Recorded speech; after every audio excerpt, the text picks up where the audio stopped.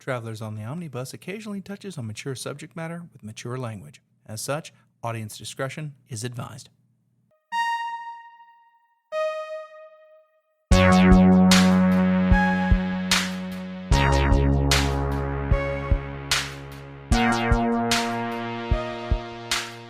Welcome to Travelers on the Omnibus, a field trip through nerd and pop culture. My name's James McCarthy. I'm Brady Davis. I'm Ethan Skinner. Once again, we do not have the wonderful Jody Kite with us. Jody, get well, sir.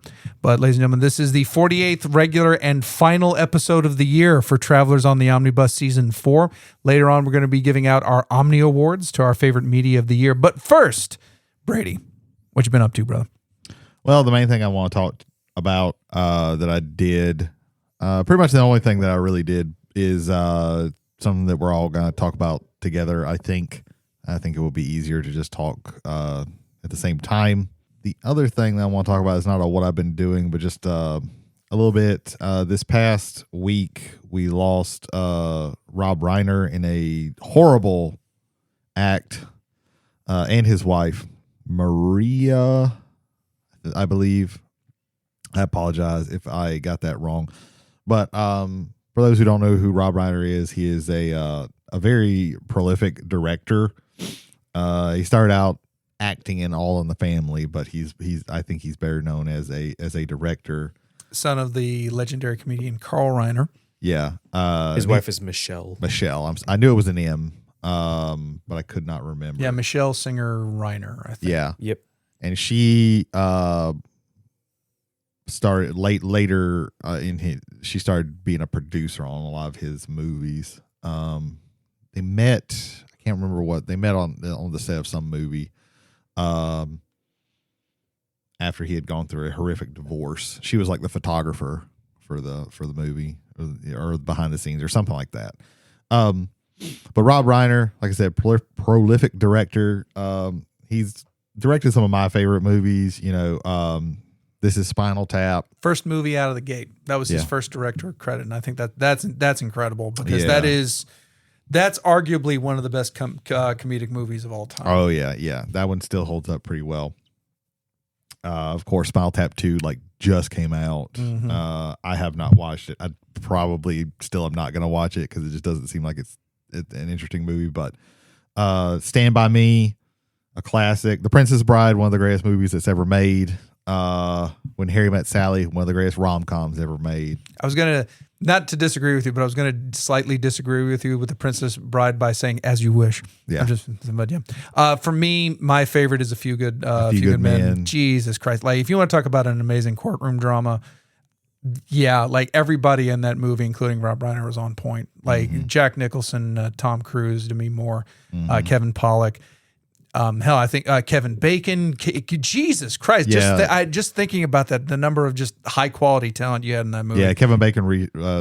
After the news came out, he did a video where he was talking about Rob Reiner giving him the job on A Few Good Men. Mm-hmm. If you like ER and more recently The Pit, Noah Wiley, young Noah Wiley, that's one of his first credits. Misery, one of the best Stephen King movies. Probably top 6 or 7. Kathy Bates got an Oscar and win off of that one. Kathy Bates is Jesus great. Christ, yeah,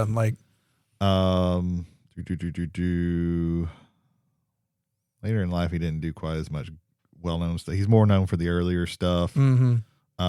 He did a Albert Brooks biography that I actually should watch. Defending Your Life, I believe is what it's called. But yeah, super prolific. He did all kinds of stuff. You can see he even did North, which Roger Ebert is his worst movie ever made. Which it's a bad movie, but if that's your worst movie, that's actually a pretty good. That's a pretty good low bar. Yeah, it was a famous negative review that he gave for that. But yeah, super all the way from I'm sorry, family style movies to horror. So Yeah. Oh yeah. No, his range was fantastic. range is fantastic. Yeah. But at the Comedy Central roast of Rob Reiner, they made Rob Reiner read the review, and it was hysterical. That's very funny. Yeah, just it was able to make fun of himself. There was a level of humility there that I don't think a lot of people appreciated in his life. And yeah, he had a great sense of humor, and everybody, always talked and about how he was so good on set. And just he was a good director. Like some of those are like some of the best movies that have ever been made. And it's like, oh, the same dude who made When Harry Met Sally did Misery. That's crazy.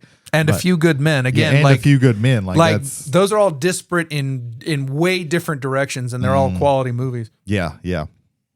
So I just wanted to bring that up because he's probably not super high up on my list of directors, but he's one of my favorite directors. Definitely, he's definitely on the list just because he's done so much that's just really good.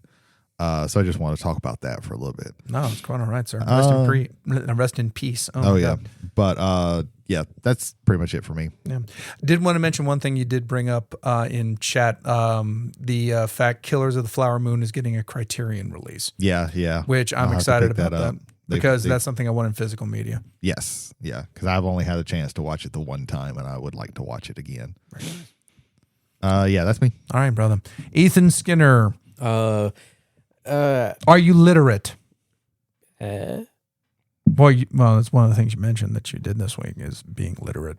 I thought you were referring to as literate as in being able to understand and comprehend and use words. Yes. So yes, I am literate. Okay, but specifically in reading. Yes. Have you read anything lately? Yes, I have. I decided to pick back up a memory called Empire that Brady had loaned me so long ago. Life gets in the way, and I could not remember where I left off, so I decided to start it over. And I am really there are these things called bookmarks. Yes, it's more so just not remembering what has happened up at that point. That is fair. Whenever I get around to finishing House of Leaves, I'm just going to have to start all over because there's no way that I can remember exactly what was going on with that book. Specifically that book. Oh my God. Okay. Yeah. But my apologies for interrupting. No, you're good. But with everything that I'm just like catching back up on and catching some like things that I missed that I definitely missed the first time going around, I'm enjoying it. Once I get deeper into it, I know I'm gonna have some questions for Brady, and it's right up my alley of like political intrigue, and kind of like what we talked about like last week with like subtle like heavy hints over like noir aspects. I don't know why, but I think it's like one of my favorite genres. Like me just kind of like reflecting on that and things that I've been exposed to recently. Your next movies that you should watch, Maltese Falcon should be on there. Maltese Falcon. Yeah. Yeah, it's another Humphrey Bogart movie. Yeah. Yeah, I'm still reading it. I'm very much enjoying it, and I can't wait to continue reading it. Are you a little bit further than when we talked this? What was that when we talked this weekend? No, because I decided to be sane and sleep. That's fair. Yeah, my working hours have not been well with this previous weekend, in which we'll get to. Yeah. Possibly now. Maybe now. Are you done? Yes. Okay. Yes. Graveyard is aptly named. We'll leave it at that. So, welcome to NarbyCon 8 corner. No, there's no magic corner this week, but and there's no corners at all. We're just gonna go straight into it. So, this past weekend, NarbyCon 8 took place both at McNarb Gaming over on 90 in Goshen, Mississippi, and at the Goshen Community Center, where gaming was afoot everywhere, and it was very great. We're going to talk about some of our experiences with it. I'm going to start first with something. Jacob, the on the coast known as the Bearded Chef, put together a very good kitchen. That was amazing food. It was pub style food, and it was very good. Yep. My particular was he did smash burgers, and they were perfectly seasoned, sauced, and cheesed. I did have to ask for more pickles, and I got more pickles without reservation, and it was amazing. So my tip my Captain Jacob for putting together a very great kitchen in there. They immediately got in there and they blew out a fuse. That's when you know the cooking is going to be great, when the whole building can't handle it. There you go. Yeah, they gave you generous portions. The food was really good. I had the chili cheese dog one day, which is, when you think a hot dog, no, it's like a gigantic like sausage thing. Yeah, and it was a bowl of chili on top of it. Yeah. And then I got the chicken strips the next day. So and those were really good too. Very nice. First day I got me some beef nachos that I liked, and the second day I got me a smash burger because like clearance, they gotta get everything out, they gotta go through all their products, and I enjoyed the food that I ate. That's a very okay. There we go. Yeah. Well, she's eating for two. Yes. So that there's going to be a bit of it's not an even, argument. It's not even it's that. not even that. It's, Oh my God, your child is vegan. Oh. I'm sorry for putting that curse on you, brother. Ethan's nobody's born vegan. That's actually something that they get to choose. Okay, gotcha. I have hope now. There's some vegans out there. It's like, no, I'm genetically vegan. Like it's like I was. Well, they're wrong.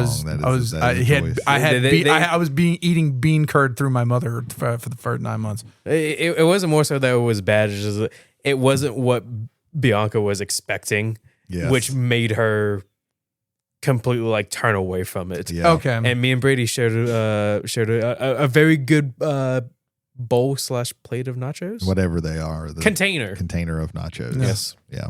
They were so a good. small boat of nachos, because those things always look like little boat boats. of nachos. Like I like you, that. Like you could put them into like a storm drain and it'll like take it off. Yeah, they were like homemade, like the nachos were homemade chips, homemade were, like, really good. like house-made cheese sauce. Yeah, it was like a queso thing. I was hoping, or it was like it tasted more kind of like a Monterey Jack type deal.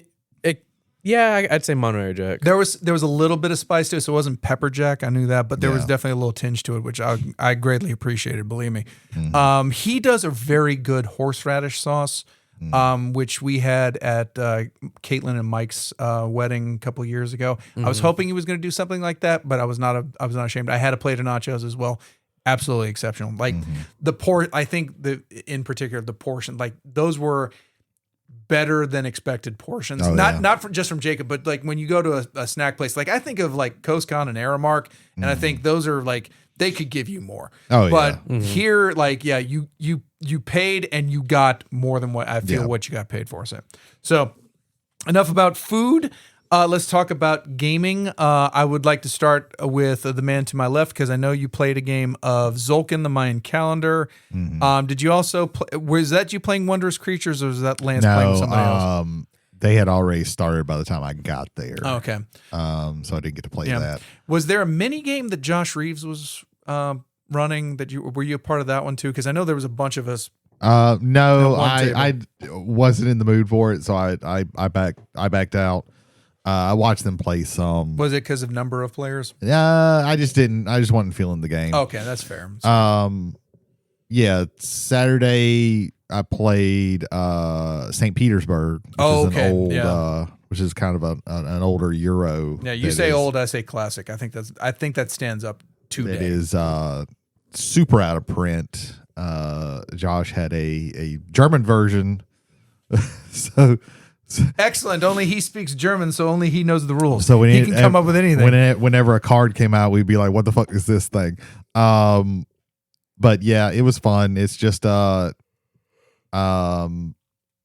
come out and there's several decks, and as you go out, each deck is a phase, and the cards come out, and you're like, "Okay, I want to buy this," or "No, I'm not going to buy this," and they'll give you points, or they'll give you money, or different powers or different things like that. So yeah, that was a pretty solid game. I came in second, but the dude, I don't know his name, but he because I'm terrible with names, but he's from Alabama. He comes to some of the Mean Barry, maybe, I don't know. He comes to some of the game days that they have over here. but I never could catch him. So played that. I got to play, some guy was running Commit Blood and Sand. Commit's one of my favorite games. I have the original version. He brought the box in, and I was like, "Oh, Brady's going to clear some time." Yeah. So I got to play that, and there were some annoyances with the game, but I enjoy playing Commit, so I still had fun.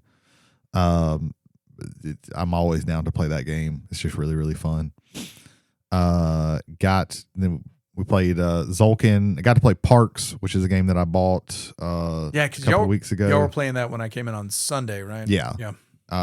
Which is a really fun game. It's just you're moving down this path, collecting stuff to buy cards, but the cards are visiting different national parks. Yeah.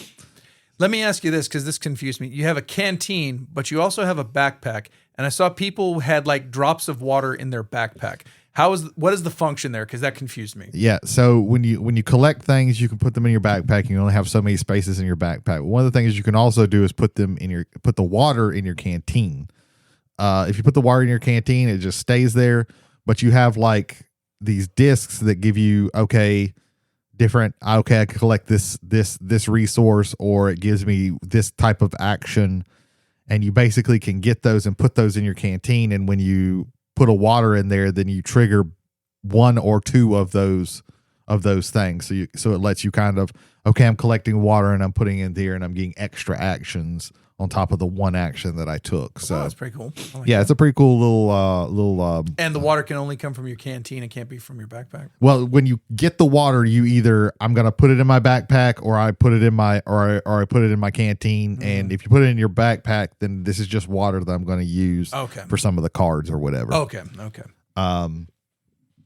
So yeah, Parks is pretty fun. I like it a lot. We got to play Zolkin, which I like Zolkin, but I feel like I'm never like doing well in Zolkin. I always feel like for some reason I always feel like I don't know exactly what's going on. I like Zolkin. There's a lot going on there, and more so it's the rondel connected to rondels. Mm-hmm. And I can see where, like, and because it throws me, let me say that I'm not even gonna, that's passive voice.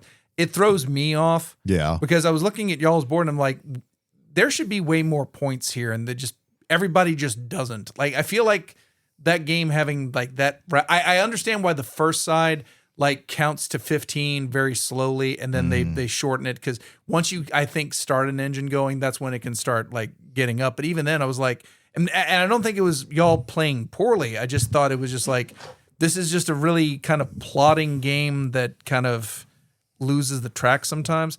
I still like it, but yeah, I can get behind kind of feelings like that. Yeah, I like it, but I probably played it as much as I want to play it for a pretty good while. If I'm being honest, I don't know where I went wrong.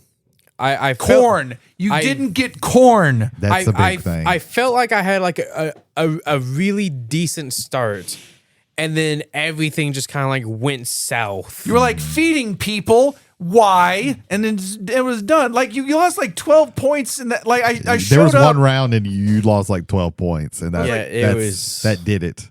It was monstrous. And then they did that one thing where they pushed the calendar forward an extra one. Yeah, the calendar rotated sucked twice, and I was like, I didn't even know that was like an option that we could have taken. Like even Lance was like surprised, like, oh yeah, I forgot about that. Yeah. So yeah. Yeah, we didn't get quite schmoed because the person who was teaching the game wasn't the one who did it. Also screwed him over too. It Yeah, was just the other person who knew about who remembered Josh the game. was like, oh, I'll just go ahead and do this. One of us had the secret tech. Yeah. Yeah, there you go. But secret tech, aka cheating. No joke. Yeah, it's not a super complicated game as to like what you're doing. Is just like it's a plan ahead game. That's the big thing, because you there is like, you can't just, okay, I'm going to take an action and do this. I'm going to take an action, and in 2 turns, I'm going to actually get to do something. So it's a lot of that. So if you, and sometimes I do have trouble with that, like planning that far ahead or or thinking that means steps ahead. Sometimes I have trouble with that. So, but yeah, it's fine. It also was like the end of the con. I was kind of ready to go home, so that was part of it. We probably shouldn't have started that big of a game. And ironically, we were the last to leave because of that. Yeah, by a very wide margin. Yeah. But it wasn't the latest that we stayed up there. Yeah.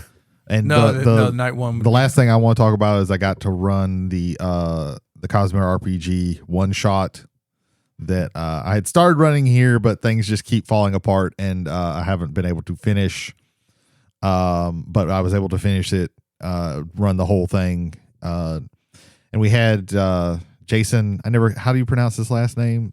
Steerl. I think it's Sterling. Sturley. I think it's Sterling. I'm not. It's Sterling. Sturley. I never can remember how to play his. When he's around, one of the more prominent game masters that we have around NARBs, and so it was cool that I saw him playing it because he's him. Great. I love playing games with him, and he's a great DM. He oftentimes will play. Will run games in systems that I'm not crazy about. I like Dungeon Crawl Classics is okay, but it's not my favorite thing. But he's really good at what he does. He brings a lot of good energy to the games he plays. Yeah. He had told me a story. So last time he was around, I had Mafia de Cuba with me, and he played, and he was like, "Oh, this is great." I'm going to. He has bought Mafia de Cuba 3 times and had to send it back each time because not all of the pieces were in the main box. Jesus. And this is a game that is out of print, so he was going, I think, through eBay for it, and then he finally got a version that had like everything. So that's very good. Meanwhile, you can pick up for the expansion of the game still on Amazon. Damn. So yeah, he told me that story. It's like I'm both happy and sorry that you had to go through that. But then two of his gaming crew were there. That was the Baton Rouge crew. Yeah? Yes. Yep. One of the guys is going to be is planning on running the Cosmere RPG later sometime when they get done with the stuff that they're doing now, I think. But and then the other guy was just part of the group. Those two guys actually, well, the guy with the beard, I can't remember his name because again, I'm terrible with names. I apologize. But he's like really into the Cosmere, and he has like a damn, I wish I could remember that. He was telling me about, they have a podcast where they went through podcast. Yeah, where they went through and they went through all of the books and like that's impressive. All of the Stormlight archives, like the Wind and Truth one, he said was like 4 hours, and I should have written that down and I did not, and I apologize. But maybe one day I will get around to it. I would like to listen to it. It's just I have so many podcasts nowadays that I am super backed up on. But yeah, the one guy was real, like he loved the Cosmere, knew a lot about it. Jason didn't know anything about it. The other guy knew a decent amount about it. The other guy was testing me because he was like, he kept asking like, I want to recall some knowledge about this, and I was like, oh shit, now I gotta like let me index through my knowledge of this shit and try and get something that sounds interesting that his character would actually know. Just ask ChatGPT. No, I refuse. But I think it went really well. I think everybody, I had to like kind of skip some parts because that first fight went pretty long because they refused to kill the guy to try and kill the guy in the Berserker Rage. So I had to do some like out of character stuff to get this done. I was like, he's gonna break your hold and he's gonna run off and get killed by the giant crab. Because they were just like, we are not killing this guy, even though we have done everything I've done everything to show them. But I think it went really, really well. Everybody seemed to enjoy it. They liked the system. So that's two groups that have gotten like very positive about the system. So yeah, it went really well, and I was glad that I was able to. There was going to be some other people who were going to play, but they saw that I was the thing that I was running. They've already played, so they didn't do that. That's good. I'm glad that RPG has interest. Like I like more in the space. Yeah. And the fact that it has the Brandon Sanders and Tag does it, but I love that system. They put together a very good system for that RPG. Yeah, and it's going to be fun with like when the Mistborn stuff comes out. That's going to be really cool because that's going to be a whole different dynamic, and it's going to open up really the space. It's going to be. I'll be honest. It's going to be easier to like make adventures and stuff to like come up with stuff on your own when the Mistborn comes out because. The system, the magic system in that one isn't, and the magic system kind of it works off of some of the base stuff, but like the way that works is going to be, it's going to be easier to integrate than the system in the Stormlight Archives, and there's a wider breadth of the world. Of the history that you can like, okay, we're gonna set it in this time, and we can do this thing. It's a little bit. There are with the Stormlight, the way the world, the history is, you're really kind of restricted as to where you can set things and what you can when you set things in a certain era, you can a certain time. Okay, this is what we're restricted to. It's a little bit more restrictive. So I'm looking forward to that. And then after that, there's going to be what's called the World Hopper book, which I think is going to like expand, where you can be from and stuff like that. So that's going to be cool. But yeah, that's pretty much what I did throughout NarbyCon. So I didn't get quite as much done, played and done as I wanted to, but I got a decent amount, I think. Good stuff. Ethan, what about you? What were you doing at NarbyCon? A lot. You were taking tickets. That's what you were doing. Saying tickets, please. Yeah. Tickets, please. Instead of me receiving tickets, I was giving tickets, giving away giving armbands in place of monies. Yeah. A lot of it was just helping out. Well, for money, not in place of in exchange. There you go. There we go. Yeah, like a lot of my doing was just helping out as much as I can, either with the registration booth, anything that they needed over at the shop, and just all around assistance with whatever they needed. That's pretty much what I did for the majority of the time. I was able to play a couple of games. I played the Mayan calendar, a couple of games of Crokinole with various people.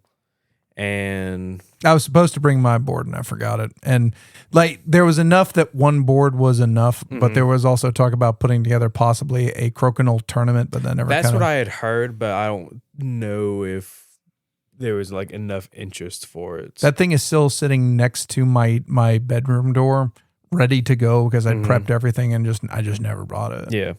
But all around everything was just a very fun time.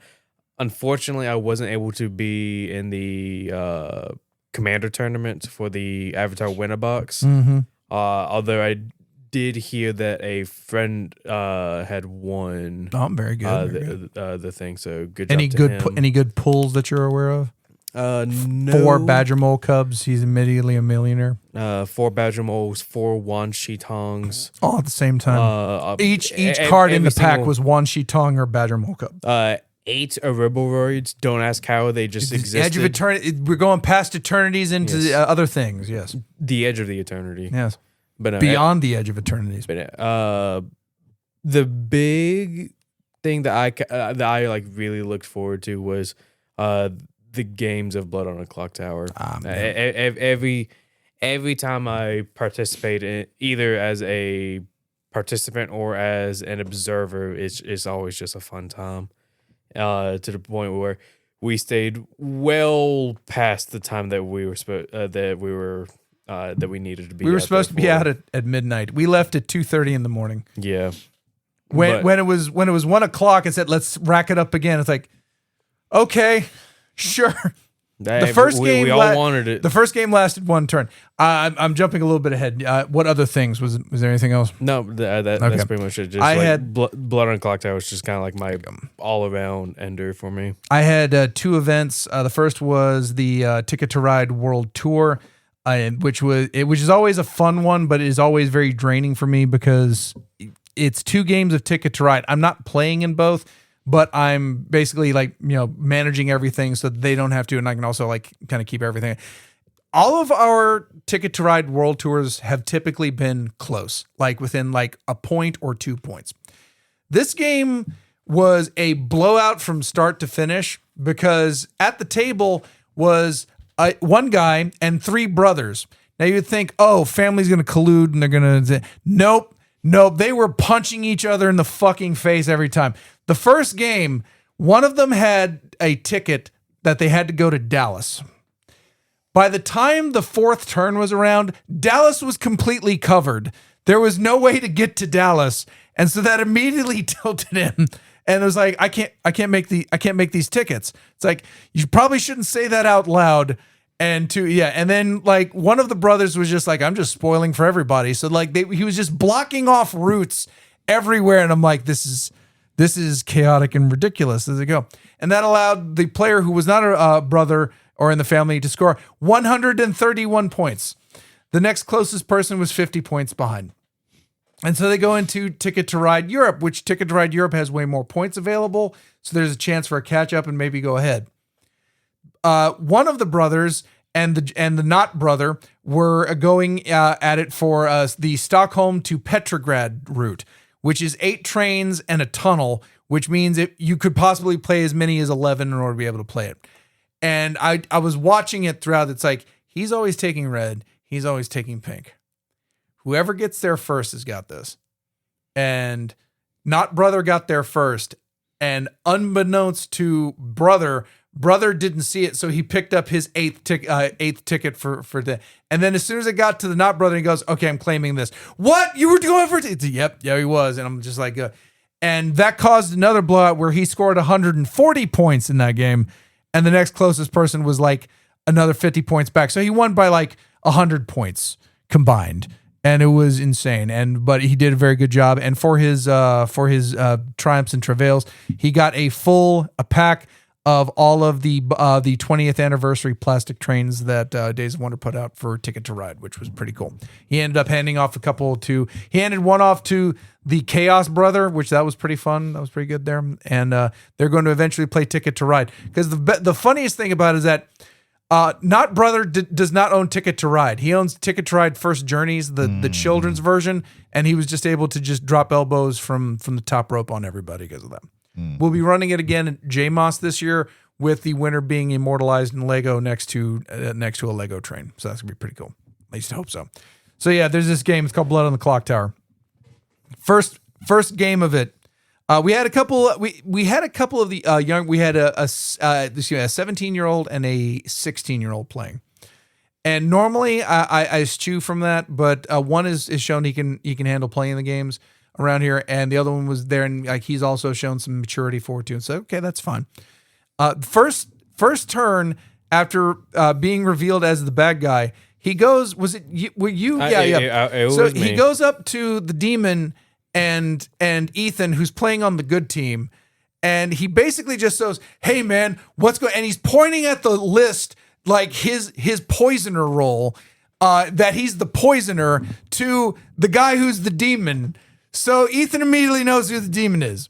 Mm-hmm. And that was like, oh man, that's funny. Now it also didn't help that he just like flat out told me like, yeah, I'm the imp. Oh, and then he just says I'm the imp. And so that ended. So that game ended very quickly.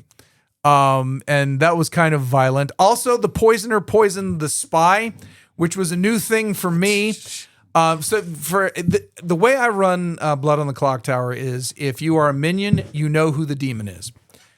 If you are the demon, you know who your minions are. But you don't know what they are, and your minions don't know what extra roles are in play, nor do they know what who the other minion is.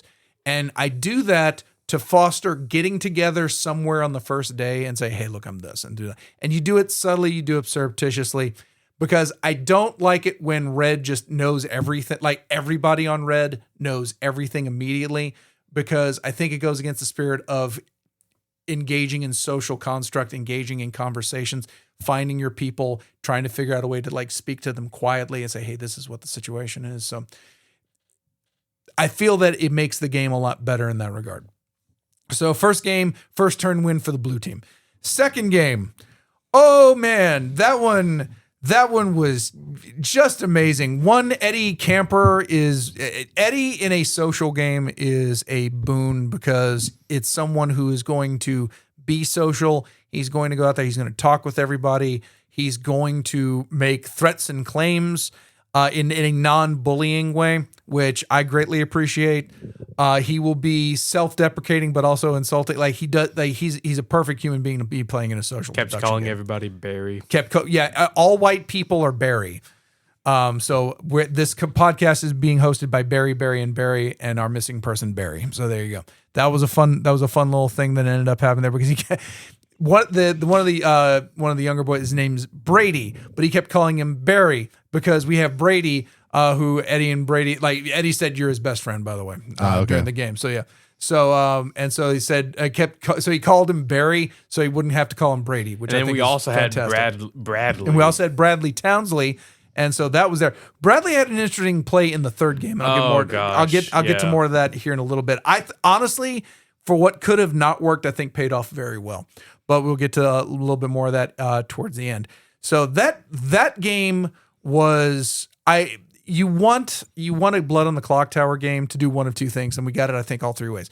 You either want it to end quickly so you can get on to the next game, hopefully, or you get just a very long game. And we ended up with two very long games that got down to the final two players each game, and just amazing. Final game, man, that was tense. I didn't know who was going to get caught with what and where, and man, it was amazing. I would say Aaron Bernard was an MVP across all the games, but particularly in game 2, he was the poisoner in that game, and he just made smart choices every time because you could see he was listening in conversations and figuring out who people were. And the best one is when he poisoned the Undertaker on a night when everyone thought the Undertaker was going to die, and he didn't, and that meant that, oh man, just absolutely just smart play throughout everything. It kept up the amount of bad information that kept the good information from getting through into people's heads. Fantastic gaming. From your play standpoint, what were you feeling about that? Bo, I apologize. My mind just kind of like blanked all of a sudden. It's been a very long day for me. No, it's fair enough. Fair enough. Both second and third games were both of my favorite times playing. It's like the amount of like backstabbing in the second game of going forward with a collective movement and collective thought, only for it to be like absolutely like thrown in our face, and one key person kind of like betraying everybody else the way that they're supposed to do so, and it's like I hated it, but I loved it all at the same time. Yeah, and which is the hope that I hope people get out of these games. Like I want there to be some consequence of winning and losing, because I think that is one of the major like story thread points. But I also want people to be able to go away from a game. It's one of the reasons why I make the intention every game, especially when it was a long game, to go around and shake everybody's hand, just to thank them for being part of the experience. I did that twice because I thought second game was going to be done, and then we just ran it back. The third game, though. Oh man, that was Brad Townsley. Yeah. Jesus. As the player, I'd like you to explain, because I can tell you what it was like as the storyteller afterward, and but I would really like how a player dealing with this. This was around the time that you had left. Like, so immediately we had like known that there's a Baron in play. Two people kind of like confirmed that they're two outsider roles, and so we're trying to figure out like what town roles there are. And it's like me, Cameron, Manny, and Aaron have kind of like made this like 4-person pact where we're all confirming everything that we know, and we're kind of like confirming each other. So us 4, we know that we're solid, and we start doing like following lines and making sure everybody's stories are lining up, and we have people telling us what roles they are because apologies, and we believe what they're saying because everything's matching up. Townsley, he claimed that he was the butler, and his votes didn't really contribute to anything unless his person also voted, which at the time we didn't really vote out until like the night before.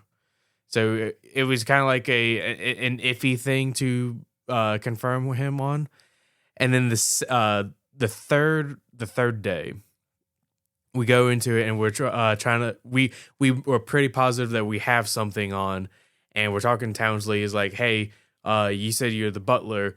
What are your thoughts on this?" He goes, "I'm not the butler." We're like, "What do you mean? You said that you're the butler." It's like, "Yeah, I lied." "Well, what are you?" "I'm the spy." And he just kind of like walked away, like flipping his fingers at us. I'm like, and like we're all four of us kind of like looking at, is he an idiot or is he like mega mining us? And it comes time for nominations to be up. No one's doing anything because we're all like flabbergasted. And Townsley's like sitting in his chair, like all smug. And I'm like, fuck it. Nominate Townsley. And on the reasons of him being a bitch. That's pretty much it. He's claiming he's the spy. He's telling lies. And well, yeah, fuck you. And he's like, okay, yeah. If you think I'm lying, here's everyone's role, nailing it down to a T. Nailing half of the table. And here's where that was, to me, the most important part about it, and I think why this hit home. Because that was a crazy play. Yeah. That is one of the craziest plays. No, I'll give him the credit for it. That's the craziest play I've seen in that, because you're admitting to being on the bad side. You're giving up just enough good information that you're paving over the bad information you're giving, because he kept enough hidden where people had to start questioning everything. And then if you start questioning the ones he doesn't mention, now you're questioning the ones that he did mention, because he's said it right to everybody to an extent. So now this whole level of misdirection, and I legitimately believe that reason is the reason why it got down to 3 people at the very end. Yeah. Because he threw enough in the wheels that it couldn't spin right. And everybody was just like, what is going on? Like, even the red team is what was going on. And here's where I will say it was to their detriment. He needed to warn them that he was going to do that so that they could steer the messaging to where they needed it to go. And that part never happened. I still think they did a great job with it, but there were points in time where people were saying absolute wrong things and then correcting themselves. And that to me made it auto suspicious, and it was always a red player doing it. So that was where I was kind of just like, he needed to like make sure that the Baron is the one that's being set up to take the fall on this one, so you can keep the imp alive at least. Or if the heat's starting to go on the imp, kill yourself, and it's going to go off to the other red guy if it's still there. I think that was the one thing that he didn't do well there. But past that, I think it was a very strong play, and I think it had more positive than negative. It was very, very, very entertaining on that one. It gets down to 3, and Eddie voted out his own imp, and there was no way to not vote out the other person. So the imp got killed, and with 2 people left, the Baron was still there. But you need an imp, you don't need a Baron, and the good guys won. So 2-1, blue beats red in the 3-game series that we had of Blood on the Clock Tower. Good. I'm still thinking about that number, and it's just crazy to me. But yeah. But yeah, that was Blood on the Clock Tower. Those were fun games. I greatly appreciated that. I will speak to one thing. In the first game, we had someone outside of the play group who, and this is fair, play groups are going to play differently. So when you get to like a con situation where you have other people running in a different way, you have to be forgiving of that, and not just the player coming into that group, but also the group leader that's running it. And so we had a situation where it's like, I'm nominated, I'm already voting for him. And to me, doing that is bullying, especially in the first games of it that we had at the shop with one person in particular that was in the building but didn't play. I don't like that, because to me, it's this very, like, I want social I want lying I want half truths. I want stuff like that. But I don't want a whole bunch of people browbeating other people in that way. Like if you're insulting each other and it's staying fun, and that's fine. But to already kind of go out in that, and so it's like, nope, put your hand down. No, I'm doing that. I'm putting the pressure on. It's like, please put it down, because this is the storyteller saying this. And then finally, like I said, okay, fine, your nomination counts. You're voting no. And it's like, and at that point, that's where I overstepped the line, because it should have been more. We should have gone immediately to the conciliatory, or at least me. I should have gone to the conciliatory. It's like, where is this coming from, and figure out how to plug it in with the group there. And so in that regard, that's where I failed there. But we had a discussion in front of everybody, and it's like, okay, like if you're doing this, like I don't mind it if like I'm coming up to you and you start raising your hand. That's one thing. But to already have it open and to do that. Also, with the butler in the past, that's also cued the butler to like, okay, that means I know I can vote for this. So there's a few little game mechanic things there, but overall, it really truly it fell on me to kind of mediate that before I tried to heavy-handedly stop it. And it's something that in the future I'm definitely going to consider more as I'm going forward in the future. There was another issue in a past game. I had a rule wrong, which to me created a better story overall. Yeah. So while I admit that I got that rule wrong, the story that came out of that was better than what necessarily would have happened if I had played the rule right, because someone else would have died rather than the other person. So I'm actually not too bent out of shape about that. I don't like to get rules wrong, but I would rather admit, yeah, okay, this was a wrong here, because ultimately I think these rules should be mutable to an extent where if you've got people coming in, okay, this does this and this does this, this does this. Let me throw something about this village has changed. I can't tell you what, but it might involve your role and how it works. Something like that, just to kind of give everybody because once you've played this enough, the meta of this kind of takes over. Okay, so if you got this, you've got this. If you think that a role is playing differently now I would also say this.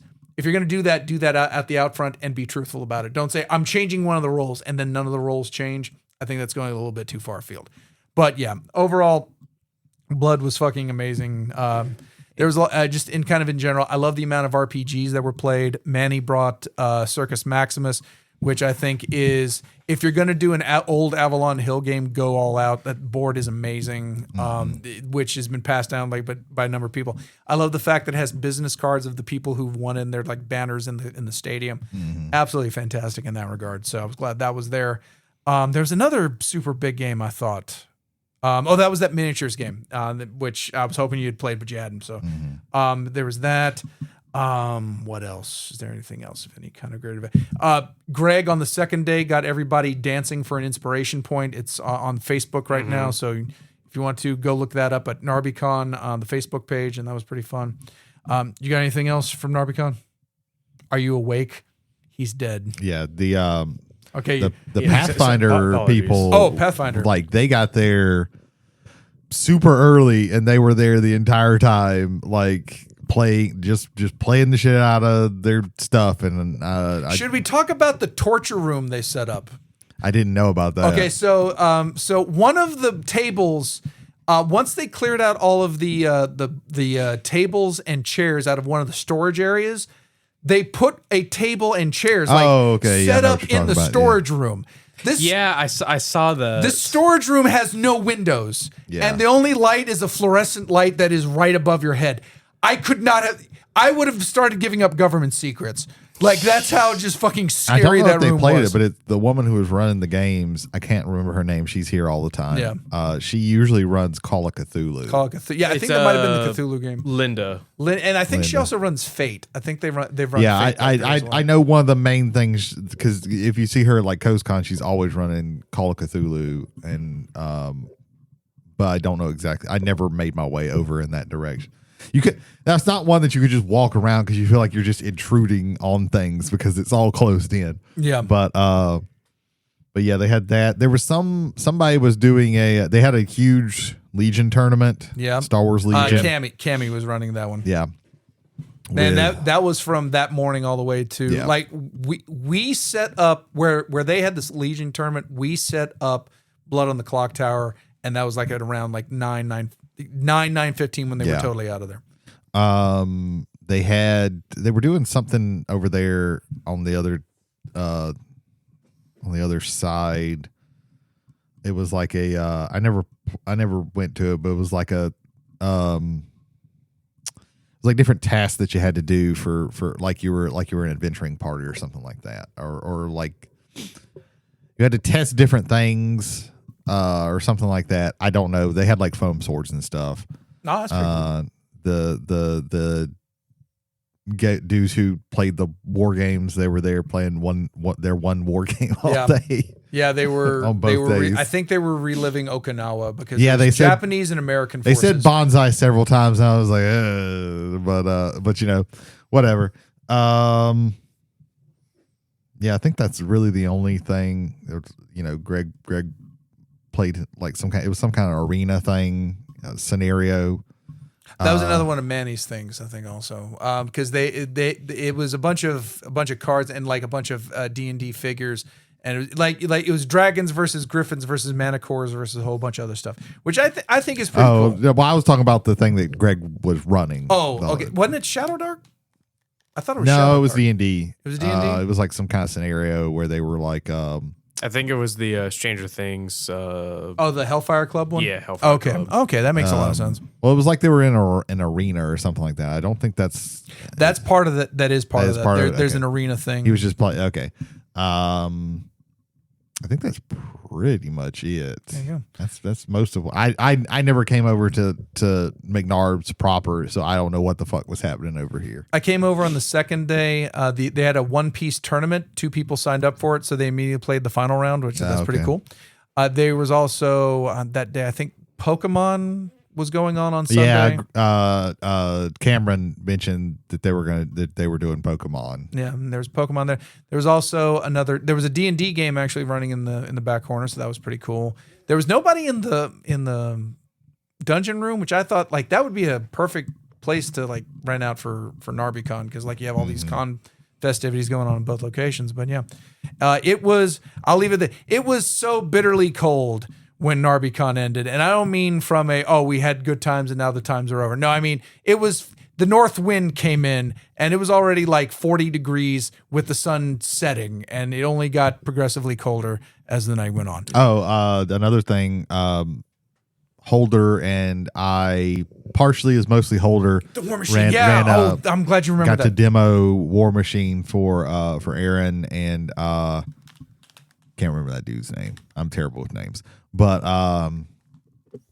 and kind of get them interested in it again, because Aaron's played Mark II and a little bit into Mark III, and the other guy he had never played before, so we were showing them how things worked, and I think it went over well. There you go. All righty. Yeah. Well, that will close the books for our review of NarbyCon 8. For everyone who attended, wish you the best wherever you ended up going. And for next year, if you'd like to hear what you're hearing about that, again, it'll be in the Gaucher area again next year. Whew. All right. Ethan, do we have any feedback? I don't believe so, no. Yeah, we don't. Good guess. However, passengers, thank you for being passengers on the Omnibus tonight or today. If you'd like to leave feedback on this or any of our previous episodes, email us at travelersontheomnibus@gmail.com. Again, that is travelers, 1L, on the omnibus @gmail.com. Also, check us out on Spotify, where you can connect with us via comments on this or any of our previous episodes, or take part in any of our polls on this or any of our previous episodes that are still up and running. Again, also, if you'd like to share this with anyone that you find would like it, hate it, or somewhere in between it, we're available on Spotify, Apple, Amazon, YouTube Music, through our YouTube channel, Travelers on the Omnibus, and iHeartRadio. Gentlemen, it's award season. From the studios at McNarb Gaming in Gaucher, Mississippi, it's the 4th annual Omni Awards. Oh God, it repeats. My bad. I thought that would stop. Audience, please stop. Okay, sorry about that. I thought that would be fun. But yes, welcome to the 4th annual Omni Awards. Our awards for what we found the best in media throughout the entirety of the year. This is I'm just repeating myself at this point. Let me get started. I'm just going to go right into it. All right. Jay's Omni Award for Best Movie of the Year. So my nominees are Superman, directed by James Gunn, starring David Corenswet, Rachel Brosnahan, and Nicholas Hoult. The original superhero in an original take. Sinners, directed by Ryan Coogler, starring Michael B. Jordan, Haley Steinfeld, and Delroy Lindo. And Michael B. Jordan. He got 2 on that one. Mississippi Delta Jazz plus vampires. Ryan Coogler can do fucking anything. Weapons, directed by Zach Krieger. Julia Garner, starring Julia Garner, Josh Brolin, and Benedict Wong, and Amy Madigan. At 2:17 in the morning, crazy shit happened and then just kept happening. And then finally, Fantastic Four: First Steps, directed by Matt Shackman, Pedro Pascal, Vanessa Kirby, Eben Moss-Bacharach, starring a family of 4, soon to be 5, have to stop the original Universal boomer. So my award for Best Movie of the Year, and this might surprise people because of how I've talked about one, but it is Superman. Superman is my movie of the year. It was a very close race between this and Weapons. Weapons is my favorite horror movie of all time, but I'm more in tune with action media and with superhero media. And Superman is the reason I went to see Weapons in the theater, because of how good the theater experience was for Superman. So yeah, uplifting, fun. James Gunn's quirky style of storytelling. I liked that Miss Tessmacher actually had like a point other than being just a blonde hanging out. I thought it was just amazing. I thought this is an idea of, defying expectations and doing things like that. I really appreciated it. It just start to finish. And as soon as it came out on the on HBO Max, I watched it again because that's just how much I love it. And to prove that, I also got the poster for Superman too, for Superman as well, along with Weapons, just because it was such a great movie. Do you guys have a movie of the year? Yes. All right, Brady, knock it out. So I'm having to go. I had to write some of these from memory because I forgot to bring my notes along with my headphones. So movies total that I watched this year are 22 movies that I had not seen before. If we're talking about movies that just came out this year, that is 7. When it comes to like movies and like TV shows and albums, I tend to like, my best is going to be what I watched or listened to or whatever this year. Other things are just going to be kind of, it could have come out this year or not. And we'll talk about those when I get there. But yeah, I had a little bit of trouble with this one. If I'm going by just movies that only came out this year, I can't really decide between Superman and Sinners. Both of these were phenomenal movies. Both of these elicited strong feelings in the theater, and then I haven't got a chance to watch Sinners again, but when I watched Superman again, oddly enough, gave me feelings in a different part. So that's a big one. And if I'm counting movies, not this other one that I'm going to talk about was available in widespread for widespread viewing in 2024 in 2025, but it came out in 2024. Oh, okay. And that's Anora. Yeah. Anora is phenomenal. I think it deserves the Oscar, or I wasn't mad that it got the Oscar. It's a very good movie. Mikey Madsen's performance is phenomenal in it. It's a funny movie, but it's also incredibly sad in parts. So that would probably be my overall, but just counting the ones, it's tied between Superman and Sinners. I watched a lot fewer movies, especially in the theaters, than I usually do. So that was a kind of a different trend this year. So that's it for me for a movie. Very nice. Ethan. As far as this movie being the only movie I've seen in theaters, not only because not just because it was the only one I had time for, but it it brought out like feelings that I don't necessarily enjoy feeling, but the overall tone of the movie made it feel natural and suspenseful enough to where I was fully immersed in it. It's Weapons. I really liked Weapons a lot more than I typically would enjoy a horror movie, and the fact that it is beating out one of my favorite portrayals of Superman in a very long time. It is. I very much love Weapons, and so it would have to be my movie. Yeah. Note to something we learned from Weapons, and note to pretty much everyone: if a stranger comes to your house and asks for a bowl of water, shoot them. Yeah, and you will save yourself so much heartache. And you just there some of the ones I didn't get to was like One Battle After Another. I really want to watch. I love Paul Thomas Anderson. What was some of the other things? That's the only thing that's in my head that I really missed that I think is egregious, because I had planned to watch it. It's just shit happens, and it's hard to make myself go to the theater sometime. Yeah. Also, just a quick aside, very good year as far as for distributing films for Warner Brothers. Again, Sinners, Superman, Weapons, all of that falls under the Warner Brothers banner right there. Fantastic Four obviously was Disney. I think it's getting a bad rap because I think people are tired of the Marvel universe in particular, and I think they did a fantastic job with the Fantastic Four. It's one of my favorite portrayals of Galactus. It's one of my favorite portrayals of the Silver Surfer, Julia Garner in particular. And I love they went with the family dynamic with Fantastic Four rather than the, hey, we're all cool and do cool things. So I was really appreciative of that, and it's one of the reasons why I kind of wanted to mention that again. But great year for great year for horror. Sinners, Weapons. I know we're not necessarily fans of it, but The Conjuring was the highest grossing horror movie of the year. That doesn't surprise me. And and reportedly it's going to put an end to Vera Farmiga and Patrick Wilson's portrayals of them in it, which for what I like the original Conjuring movie. I've liked that they stayed with that, and I think I think overall it's been a positive for horror, at least as far as pop culture horror goes. You also had the Monkey, Long Legs, Black Phone 2. Black Phone 2. Yeah. It was a very good year for horror. Oh, that Long Legs was this year, wasn't it? Yeah. Yeah. Osgood Perkins had 2 this year. Yeah. So, I guess an honorable Omni goes to the horror genre in film. So, yeah. Very nice.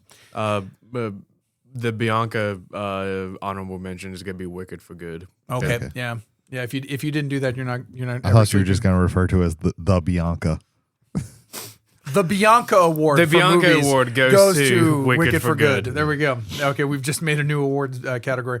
So normally I lump all of my gaming together in one thing, but there was really strong video games that came out this year and very strong games to put on the table this year. So for the first time, I've split this award up into 2 categories. I'll start with my video games of the year. My nominees are Ball Cross Pit, which is a roguelike meets Breakout from Kenny Sun and Friends, developer, and Devolver Digital as publisher. Now, the Final Fantasy Tactics Evil East Chronicles. A teenager takes on the lonely task of killing demonic Jesus. #spoilers. Developed and published by Square Enix. Donkey Kong Bonanza, the most violent Nintendo game since Urban Champion on the NES. Kirby Air Riders, the second most violent Nintendo game since Urban Champion and Donkey Kong Bonanza. And finally, Capcom Fighting Collection 2, Power Stone and Power Stone 2. Yes, my winner was Donkey Kong Bonanza. It's just cathartic fun from start to finish. It's the team that gave us Super Mario Odyssey, which is on the books as my favorite video game of all time. They gave you more with the Donkey Kong flavor. I think the platforming was solid. The mechanics are solid. I love the story. The twist there at the very end, I think, is more than welcome. I liked the final boss fight, though I would be remiss if I didn't mention that a friend of the show, Jason Holder, that is where the game turned on him, and in a bad way was the final boss fight in Donkey Kong Bonanza.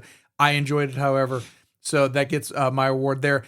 For those wondering, did not play Clair Obscura, Expedition 33. I've stated in the past, but I've got a lot of long-form RPGs that I want to get out of the way, namely Final Fantasy Tactics, the Lunar collection, the Super Mario Paper Paper Mario the Thousand Year Door, and then finally I will eventually play Clair Obscura, but it's going to be way on down the line because I feel that's a game that needs to be played not necessarily in one sitting, but I would hate to like play it and then take a break to play another long form game. Like smaller games, like stuff like that, I don't think it would be a problem. But for a long form game, I want to be able to sit down and kind of enjoy that one. So that is no knock to Clair Obscura. But it's definitely something I will be trying in the future, as I'm not right now in the present. Gentlemen, do you have any video games you'd like to award? Yes, and mine is good. I have two. I'll start with is what I'm gonna call the Dark Horse Award. Okay. The game that I wasn't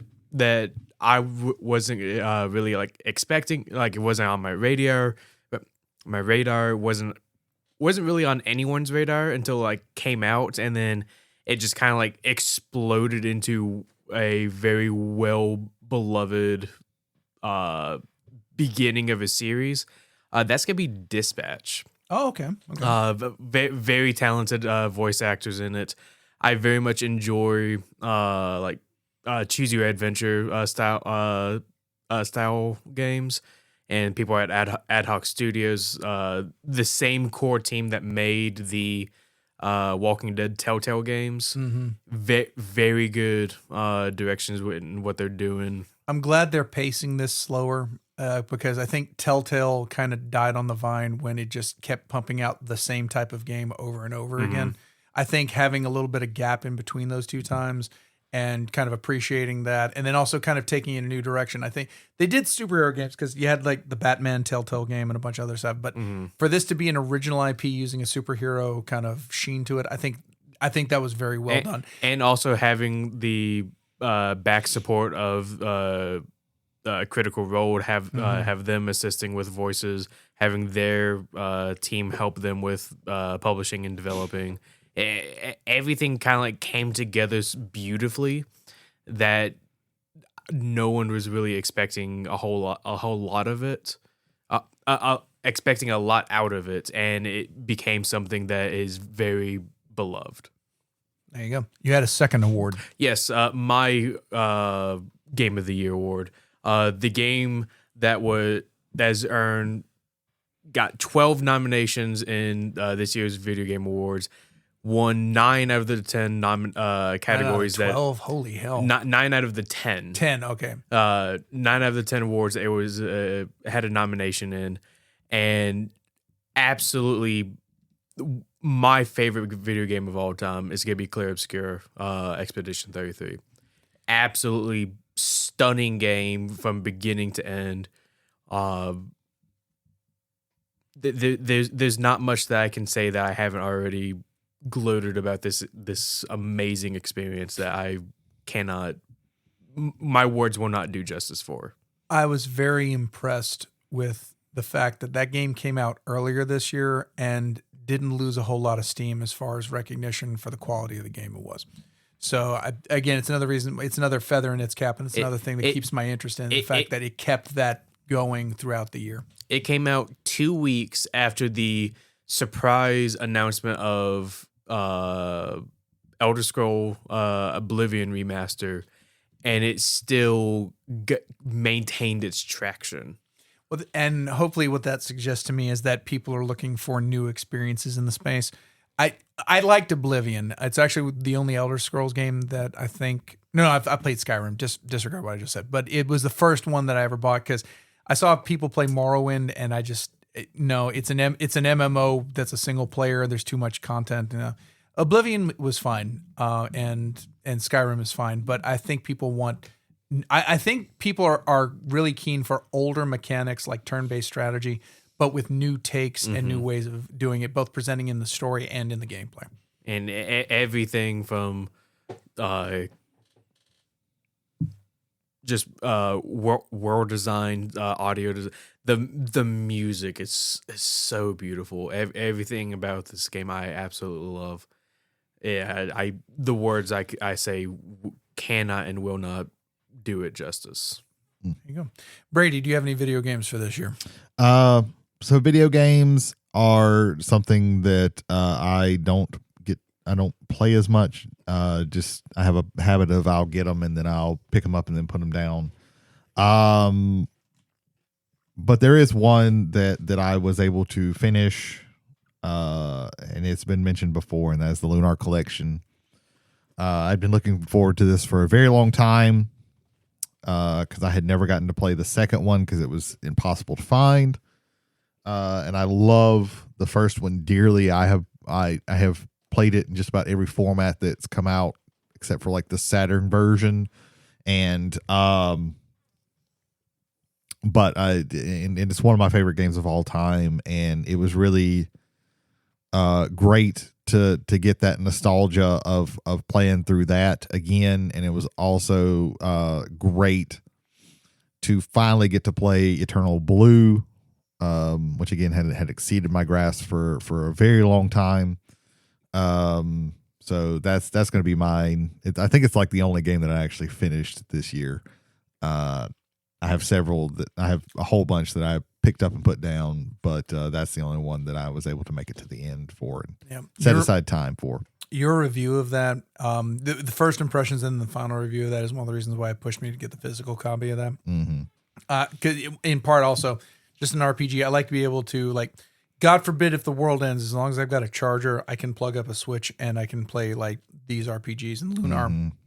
I think we always think of Square and Enix as like the two biggest ones, but there were other ones that were just been coming out around, other companies that were coming out with quality RPGs at the time that either the West didn't get because, and really when I say the West, I only kind of speak of North America, in the fact that not a lot of them are coming out here. Enix had actually stopped North American distribution for a while and didn't really come back until like I think around the time of like the GameCube. Well, time for the merger with Square and the GameCube kind of coming out, where we started getting those games again, and the DS with the Dragon War series going to that. But yeah, no, I'm excited to finally sit down and get to play that. I guess for a kind of a quick dishonorable mention, Suikoden, I was really big on, and I got this year, and the first game kind of ended flat, and I haven't been able to go back to Suikoden 2. I've always heard the second one is the best one, so that might be something to think about. Yeah. I think part of it, though, is one of it is getting everybody, and I felt there was a lot more like time left, and then all of a sudden, no, the game just kind of abruptly puts you in the final scenario. At least, not you. I will say this, me. I felt like I was abruptly put into the final scenario on that one. All right, I call this section analog game. It's basically anything that goes on a table in front of real people. So we have MTGUBFF, which is Magic the Gathering Universes Beyond Final Fantasy. Free VV. VV did nothing wrong. Make better cards, wizard. MTGUB Atla, which stands for Magic the Gathering Universes Beyond Avatar The Last Airbender. Oh, you made better cards. Cool. Now pick colors other than Is It, aka Free Vivi. Oh no, also Free Vivi. Blades in the Dark, deep cuts. More blades, more dark, more in, more the. Land of Eam. Hey Kermit, let's kill Sauron for the proletariat. Moon Colony Bloodbath. Moon, check. Colony, check. Bloodbath, check. Colony, violently uncheck. And then finally, the Cosmere RPG. Who is Brandon Sanderson? Why is it all crabs? What is going on? And the winner for this section is Land of Eam. I think we got, like, just across the board, I think there were great board games this year. We had great RPGs. We had just great card games. I'm back in Magic, which is something if you had told me at the beginning of the year I would be doing, I would have called you crazy, but here we are. But Land of Eam stuck with me because it is the Muppet aesthetic. It is the whimsy of The Hobbit, which could also have the seriousness of The Lord of the Rings. I love the world that they created there because you can take it tongue in cheek or you can take it deadly seriously, and it's up to you and your group. I really am excited for the first expansion that is coming out this year through the Kickstarter, or this coming year that's coming out through the Kickstarter. I like that they are also focusing towards younger adventurers. I think D&D has done an okay job with like getting younger people into play. I think this is a better setting and a better group of people, I think, putting this together to actually make it better for kids to get involved in RPGs. So yeah, just Land of Eam, just again, between the whimsy and the steel, Absolutely fantastic put together. Exalted Funerals, the company, right? Yeah. Shout out to Exalted Funeral as well. I appreciate good production value paired with great game design. If you're lacking, I can get around lack of production with a good game design. But if you're going to go out and make a premium product, make sure that the product itself is premium. Land of Eam just absolutely touches every good checkbox I can for an RPG. So yeah, the Land of Eam is my award for Analog Game of the Year. Mm-hmm. Anybody want to jump in and something similar? Go ahead, Brady. So the thing that I'm gonna do is RPG, tabletop RPG, because we play a few of them. Board games, I can't remember what I was gonna put. And I'm not gonna do anything for like Magic or anything like that. So RPG, because we played a lot. Jay's already mentioned Land of Eam, the Cosmere RPG. We got to play a game of Liminal Horror here on the podcast. I almost vomited from it. Yeah. Mouse Ritter, we got to play this year. Crooked Moon, we got to play this year, which actually got me interested in 5e again, which I thought wasn't going to happen ever again. But so all those are great. But yeah, I'm going to give it to Land of Eam. I think the sessions that we have with those were some of the most, some of the funnest. I think the system is really good. I think I'm going to specifically shout out the box set. It's like a phenomenal box set. Comes with everything that you would want from the game. Core book is phenomenal. The monster guide is great. The big shout out to the setting guide with like tons and tons and tons and tons and tons and tons of stuff, and this next one that comes out is also going to have just as much stuff. The big board map that you can just lay out to show everybody this is where we're at. The dice are cool. It's all this is just like super great. I'm so glad that I discovered this. And then just by showing this, like I brought the set and to the store, and Jay was like, I purchased it. Yeah.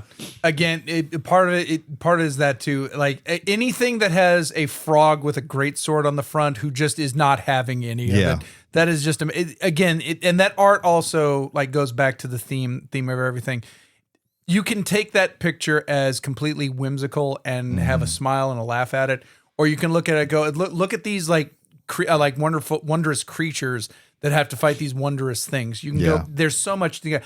I love the fact, and just another thing, I love the fact that a combat encounter can present itself as combat, but if you have a group that is willing to engage in non-combat activities, like trying to reason or I want to say why gamble came in my head, but maybe a gambling thing, but reason or kind of barter with the bad guys in a way that's kind of positive. I love the bridge encounter that we had with the jackal that kind of jingles all the time. I think that was pretty cool.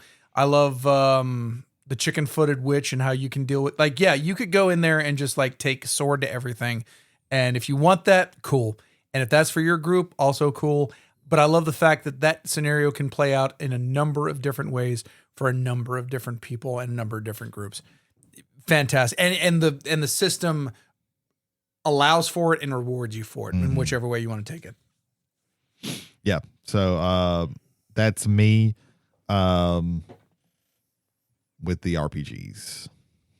Show me a game where you can play a bipedal whale wearing overalls whose best friend is a sentient mushroom whose only care in the world is being the world's best drummer.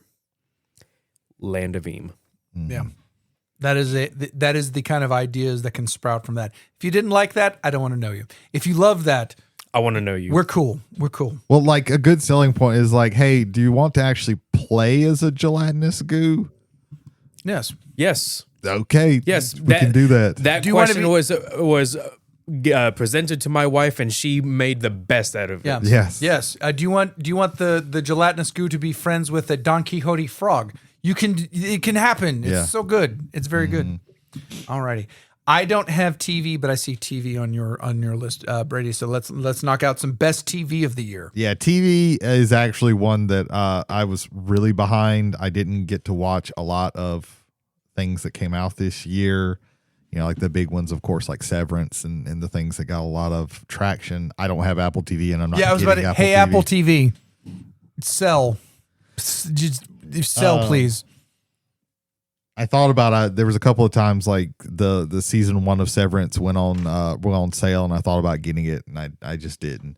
I'm behind on shows that I actually like. The Bear season 3 came out, didn't watch that. New episodes of Abbott Elementary came out, haven't watched that yet. But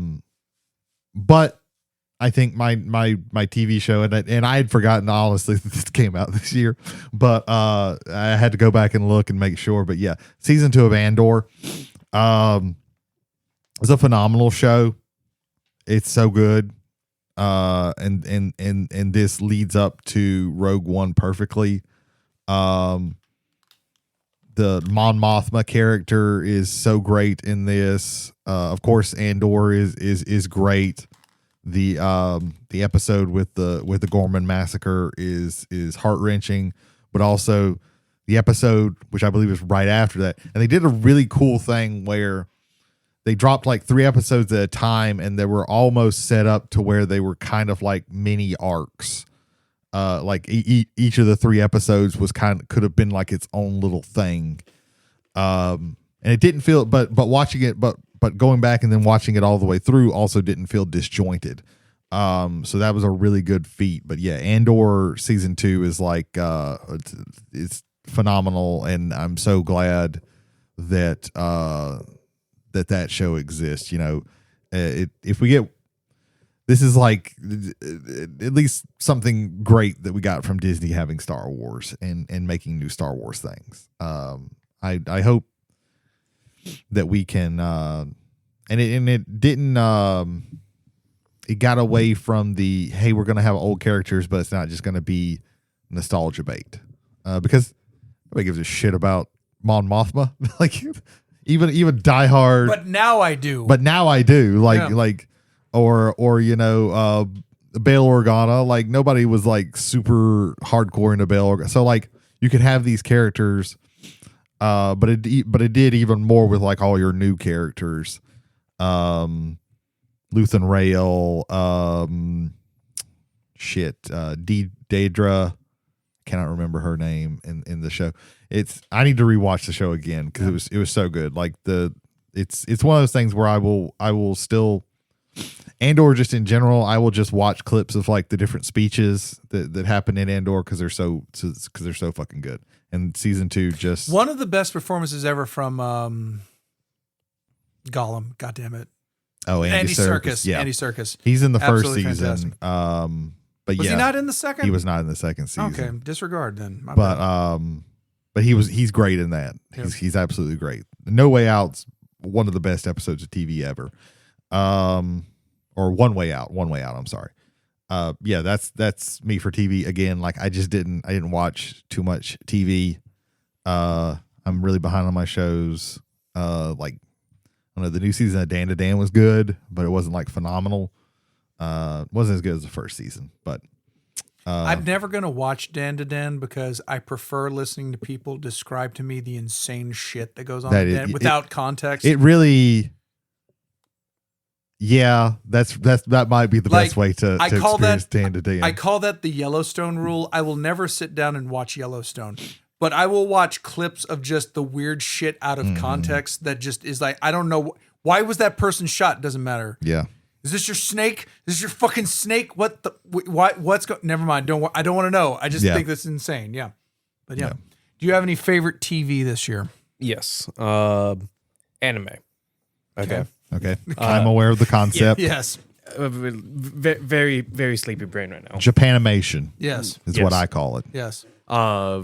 The final season of My Hero Academia came out this month.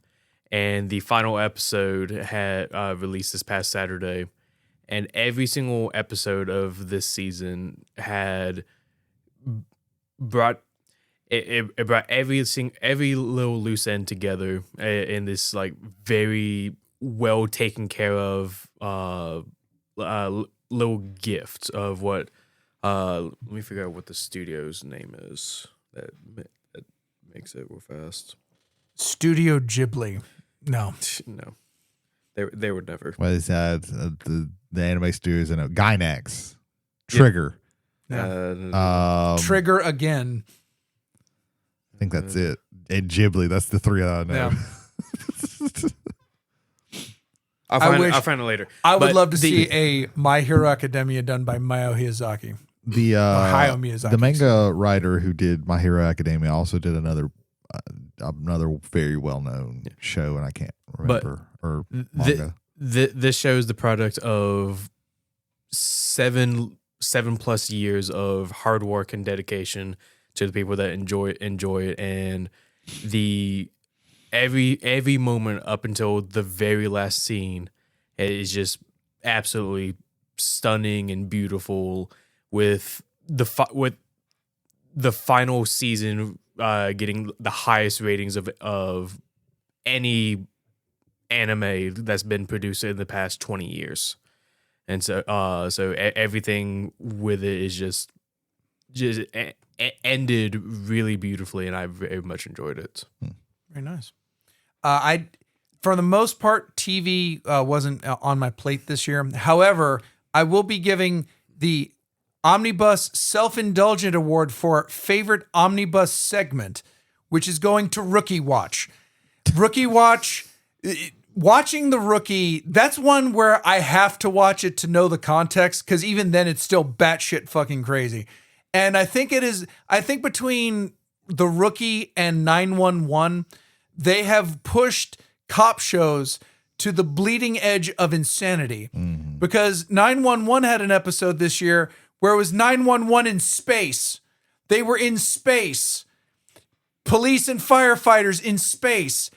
That is some Fast and Furious shit, and it just works. But yeah, I loved just the insane things that they're doing on the Rookie, and I want to continue to watch that. So next year, the Disney Plus has been paid up.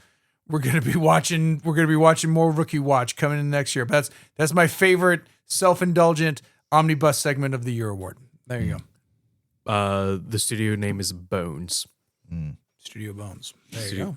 Well, it's the same people that made Fullmetal Alchemist and Soul Eater. Oh, there you go.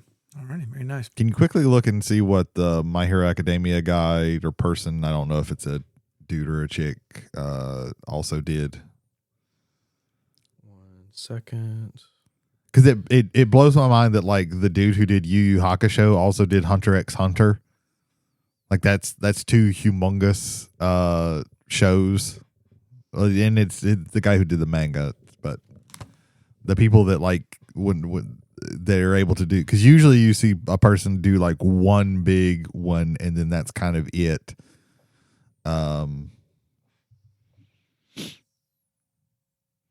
We can talk about this later. This probably isn't even fun to listen to. That's fair. No, it could be fun to listen to, but there's definitely an award that I know that all three of us, and if Jody were here, I definitely wish he would be a part of this. But this is Album of the Year. So my album of the year, I have 4 nominees. The first is Sleep Token, Even in Arcadia. Standout tracks for me: Emergence, Caramel, the title track, Even in Arcadia, Damocles, and Gethsemane. The Weeknd, Hurry Up Tomorrow. The album, not the movie. I want to stress that. Just shut the fuck up. Shut the fuck up. Wake Me Up, Cry for Me, Baptized in Fear, Reflections Laughing, Timeless, and Take Me Back to LA. Ghost, Skeleta, Peacefield, Lacrima, De Profundis Borealis, Cenotaph, and Mark of the Evil Ones. And this one's going to surprise everyone at this table. Taylor Swift, The Life of a Showgirl. Wow, this might be the most contrary thing that you have ever. I'll explain here in a little bit, but standout tracks. Where's my wife? Is she hiding by the corner somewhere? Yeah. Does she have a sniper rifle? Does she have a sniper rifle on me right now? Did she pay you? All of these questions will be answered in due time. But The Fate of Ophelia, Opalite, and the title track, The Life of a Showgirl. My winner for album, not movie of the year, is Hurry Up Tomorrow. I was hit both by Amazon and by Spotify between the Wrapped and I have listened to over 450 hours of Hurry Up Tomorrow this year. Jesus Christ. Yeah, start to finish. This for me right now is his best album. It's not his best song. That still goes to Blinding Lights. But this caps off a trilogy of albums with Blinding Lights, Dawn FM, and finally Hurry Up Tomorrow as a kind of a set. I would like there's talk that he's going to produce music under his actual name, Abel Tesfaye. So I'm very curious to see if he goes to that or if he continues with Weekend. But this felt both not Blinding Lights, After Hours. After Hours. Yeah, I'm talking about my bad. Good point. Yeah, it is After Hours shit, which has the title track After Hours. Dawn FM is just a weird interstitial at the very beginning. So, but of Dawn FM, but yeah, just an absolutely fantastic. Like we talked about earlier this year with our night songs for night driving, and whenever I'm in the car, like if I'm coming home from work, it's somewhere along the line in Hurry Up Tomorrow where I'm listening to it.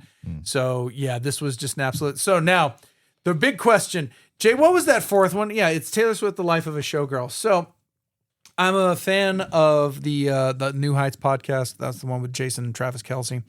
And she appeared on there because, she's engaged to Travis. And she mentioned, okay, I'm doing The Life of the Showgirl. And I realized that for the longest time, Taylor Swift was perpetually 15 years old for me. Because that's where I first saw her work. And it's not that I was so much interested as that she was a 14, 15-year-old girl producing music. And so I haven't really given it a chance because she's now in her 30s. And, we're talking about a 20-year career. There has to be some sort of change, some sort of development there. So you know what? I've got Amazon Prime Music. I can just listen to it. So I listened to it. It is refreshing to listen to a woman with her own voice and her own spirit putting out the music she wants to put out. And in a way that I think makes her happy and fulfilled and can fulfill other people listening to it. I enjoyed the album. It's not something I'm going to go back to. It's not like something that's, this is going to be go on to my regular. But I really respected what she did with The Life of a Showgirl. And maybe other albums prior to this have been better. All I can say is I no longer consider her as a perpetually teenager. I think of her as a grown-up woman who has figured out, for the most part, a lot of who she is and what all is around her. So that's one of the reasons why I definitely wanted to recognize that again. But yeah, Weekend, hands down, it was real close with that. And even in Arcadia, is when I'm doing work on the podcast or if I'm doing anything, just sitting at you've listened to it while I've been at work, that'll take the edge off of work for me. Similarly, Skeleton does the exact same thing too. It's just, it has that one song, Vasilia Moria, that I wish wasn't on that album. Otherwise, it would have been contending with all three of those would have been contending for my album of the year. But yeah, that's my album of the year, gentlemen. I'll let you take it first. Okay, so for me, this was an absolutely banner year for some of my favorite bands and or groups and or people. Really just. Like it's already been mentioned, Ghost, Sleep Token, Deftones with Private Music is a really good album. Chevelle, which I think of those bands of that era is the one that holds on the best. That was kind of out of nowhere too, right? No, they've been putting out albums. They had an album a couple of years ago that was actually pretty good too. They're just solid. Haley Williams dropped a new album, which is Ego Death at a Bachelorette Party, which is phenomenal, especially the track True Believer. I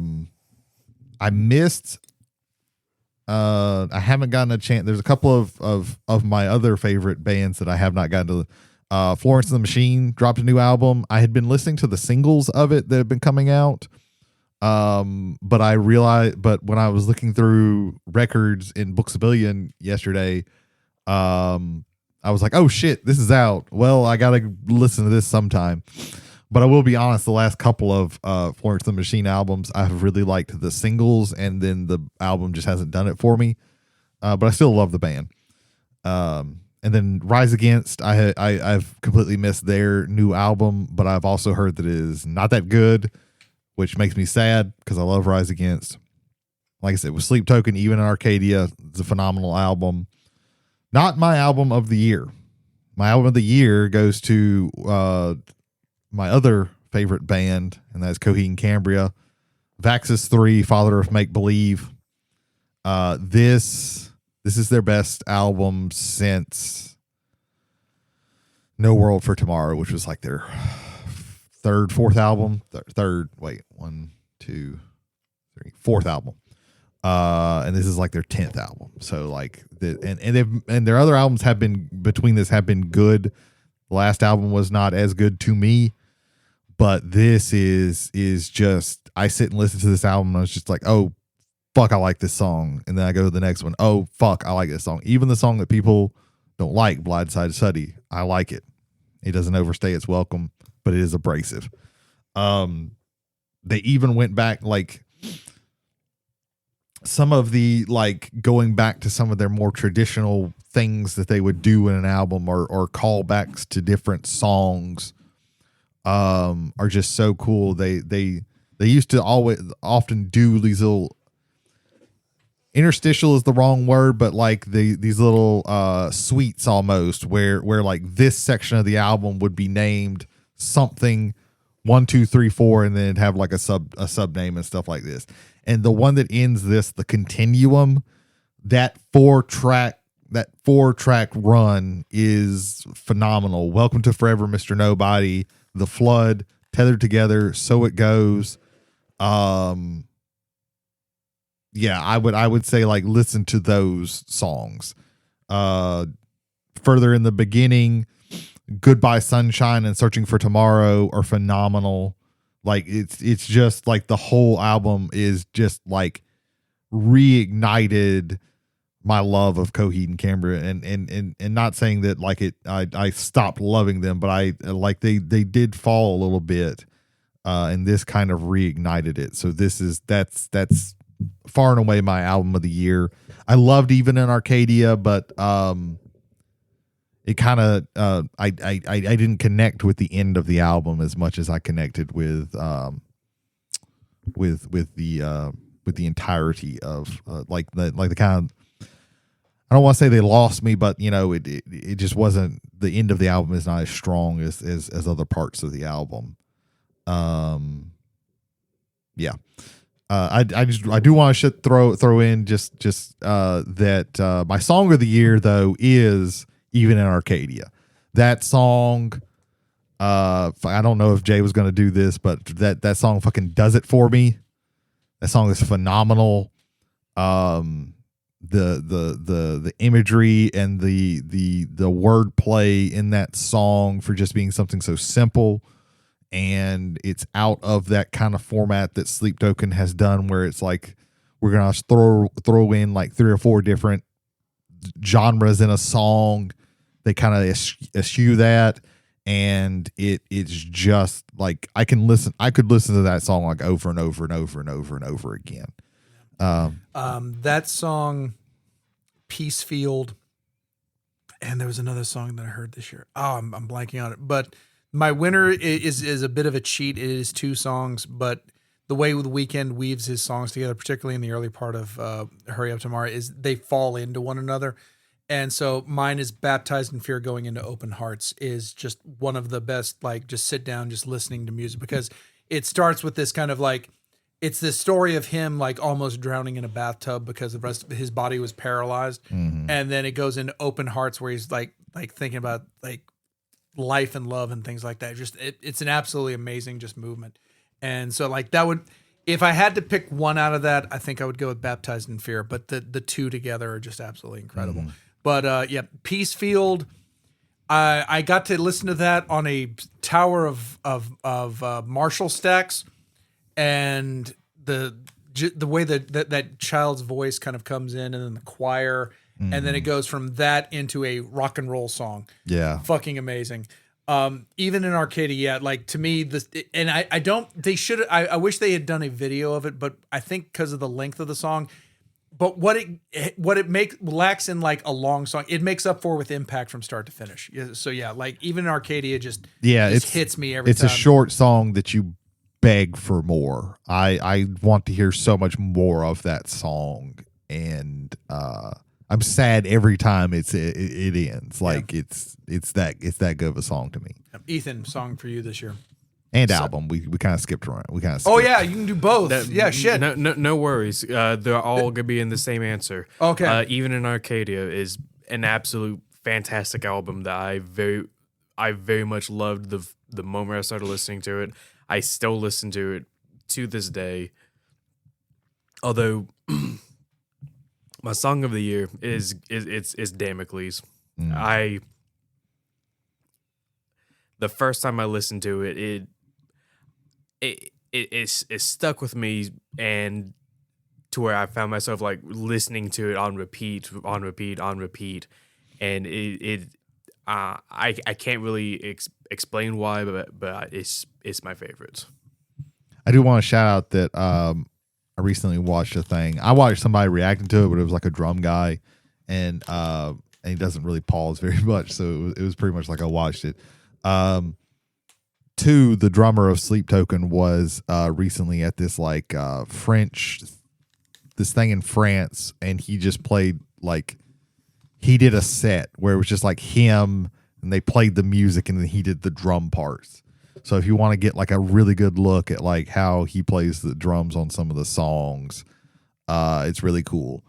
I would definitely shout that out. I can't remember. You just put like Sleep Token 2 as an II set and watch that. I know last year he did a interview with Drumeo. Yeah, he did a thing with Drumeo where he also that's also really, really good to watch.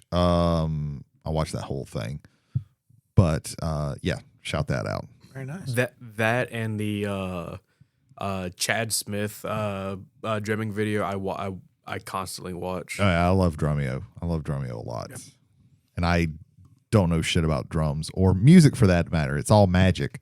Yeah. All right. I'm going to skip to YouTube. YouTube is a lot of where my entertainment comes from nowadays, and the presenters on YouTube. And this is my YouTuber of the Year award. First nominee is Pat the NES Punk, who is an old school YouTuber, but he has one of my favorite podcasts in the world, which is the CU podcast. And just any episode of that, I love his takes on gaming. Typically, they're very consumer based and oriented. Pro-consumer, I should say, in that. And he's been at it so long, and he's seen so many eras of this, both as a fan and then as someone who talks about it on a regular basis. Mandalore Gaming, he had been on hiatus for a while, but he came back starting in like late October with 4 of his best videos that he's ever done. I highly recommend his videos on Soma, Disaster Day of Crisis, which follows along with his Cabela's hunting videos, which are just, oh my God. And then finally Legendary, which was just an insane game to just see presented. And in his typical style, he manages it to watch it reasonably while this entire psychosis is going on in front of you. Covert Go Blue, of all the magic people that I've been watching this year, getting back into it, he has been my favorite. He's an old school Magic player, and I love the fact that his topics go from standard to commander to dealing with other games. I particularly love his content with Raren out of the Hearthstone community and Simu out of the Yu-Gi-Oh community. Keep that name in the back of your head. I'm actually going to be mentioning him for a special award here in a moment. And also of the commander shows, he has, I think, the best with worst possible commander, where I think everybody knows they're on camera, but they're not trying to play it up, where every other commander video I see is just, I don't think any of them are real. I think Worst Commander Show is the most authentic of all of them, which is one of the reasons why. Now, that being said, they did a 4 Muldrotha episode. No, that was kind of boring. And then finally, my fourth nominee is Magellar. Again, another classic video game YouTuber and the winner from last year. He is big into long form content. His Ultima retrospective series, I think, averages about 2.5 hours per video. Very, very educated. He does his research, presents it very well. My winner this year is Covert Go Blue. I love Covert. I love Covert's. Yeah, this is how it was, and it's kind of fucked up. And it's like, yeah, or yeah, these are the things we had to do. But he's also he's both. He'll jab at you, and then he'll jab at himself. The fact that he is people are called Mesa Falcons because he played Mesa Falcon at the first ever Magic Pro Tour event, which is a notoriously not optimized card, which I think was always very good. I do want to give a special award for Hang In There. This is the Omnibus Hang In There Man Award. Goes to Simu. Again, a YouTube creator, rather a Yu-Gi-Oh creator. I don't watch his stuff. I've watched a little bit of stuff. I watched one video, and this is the reason why I did it. But his relationship with Covert and their banter back and forth has just been absolutely amazing. Anytime they're doing a video, I click on it. Simu has been going through colorectal cancer.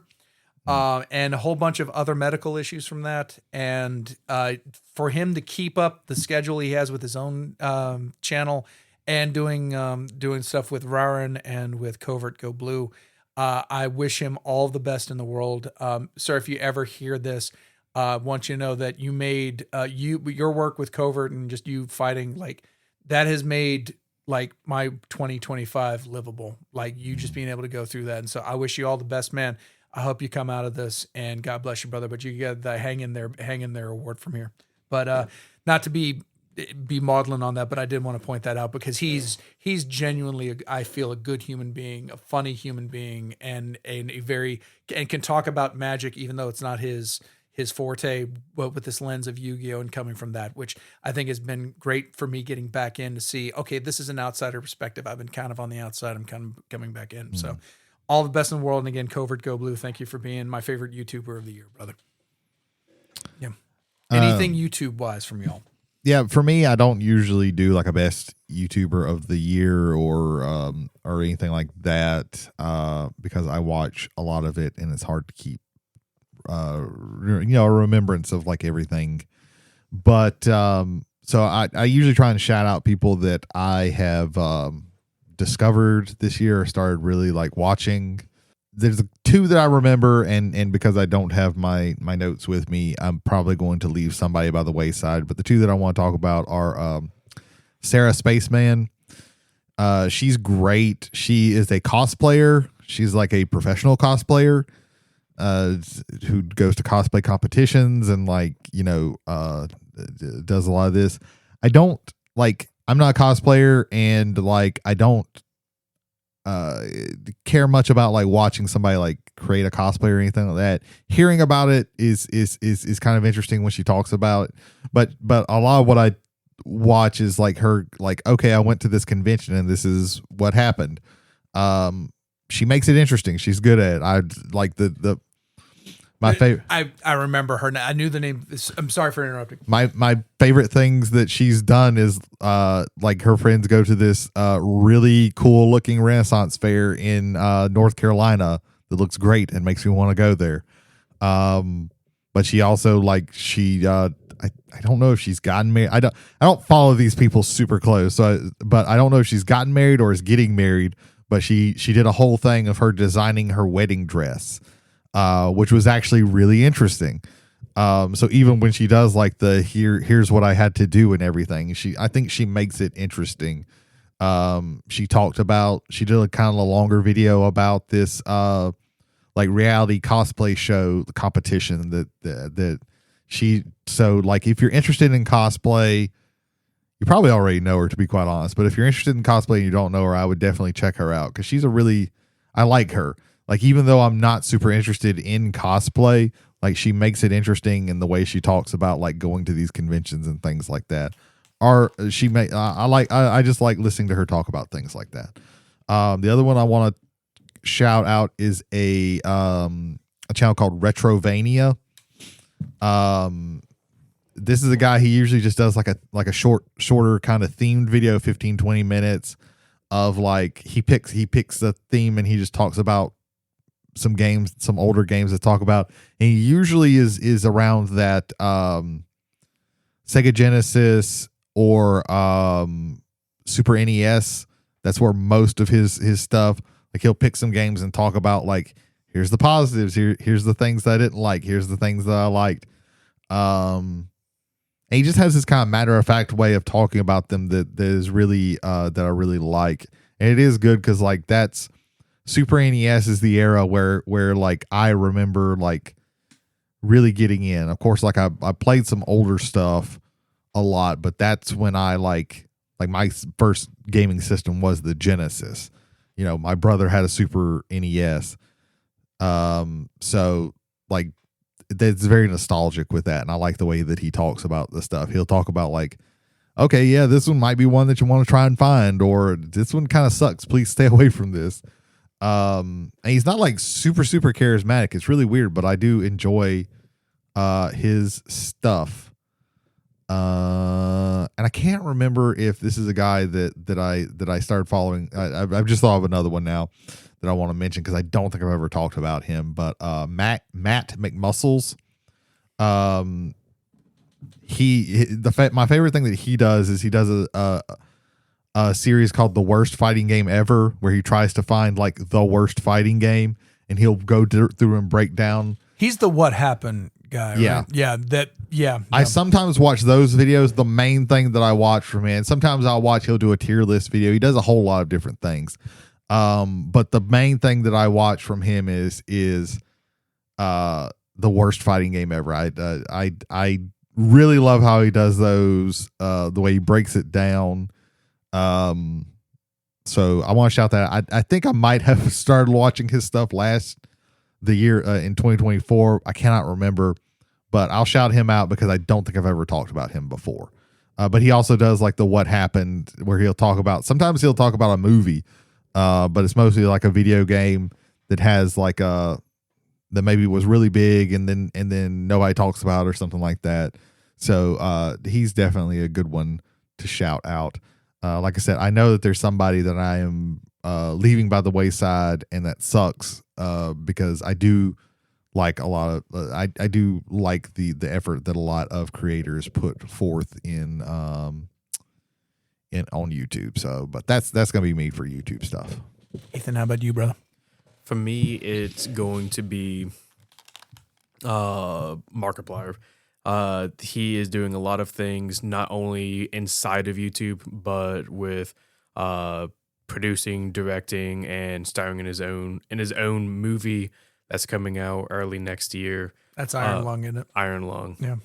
That is being bought by AMC movie theaters, Grand Theaters, basically like these big name movie theater companies are wanting Iron Lung to be shown in there. So not only like seeing all like the fruits of his labor come to fruition, but everything that he's doing with his personal channel, continuing that the involvement there, what he does on his podcast, which is more comedy oriented, but everything he's doing is just coming upwards, and I'm excited to see where it takes him.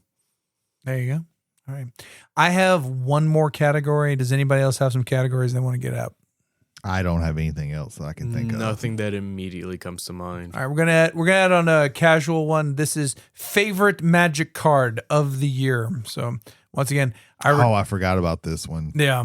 So this was one I mentioned last week about during the Magic the Gathering corner. But again, this is my year to come back to Magic the Gathering, and I just wanted to kind of shout out some of the cards that kind of got me back into it. My nominees are Vivi Ornithir, really just kind of overshadowed by the rest of the Final Fantasy set, but by cards such as free Vivi right now. My second is going to be Cloud X Soldier, one of the stars of the 4 Final Fantasy precons. Cloud X Soldier is a giant anime boy with a giant anime sword that hopefully you find can attach to him. So it's always fun there. My next is Terra, Herald of Hope. another one of the stars of the Final Fantasy precons. Absolutely fun, and my one of my favorite heroes in all of Final Fantasy. That deck also includes my favorite hero in all of Final Fantasy, which is Locke. Specifically, his card there is Locke Treasure Hunter. I found out there is a Chocobo Tracks version of him, and I need to get that immediately, or else I will feel unfulfilled in life. Arubaroid is just a green plant monster from Edge of Eternities that just makes all of your other monsters bigger, and I kind of like that. I want to get a copy of that. You see, even cards I don't necessarily have yet, I'm fucking excited for. And then finally, I think not my favorite, but another one of my favorites from this year is Gran.